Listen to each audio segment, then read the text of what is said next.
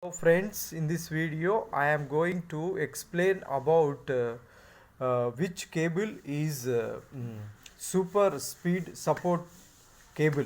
In these three cables, which cable is super speed support?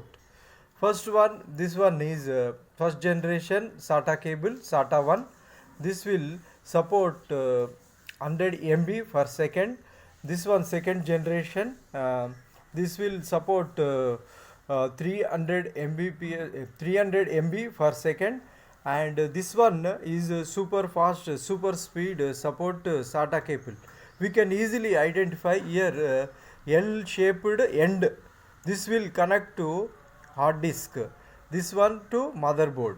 This will support up to 600 MB per second. This is the better SATA 3 cable.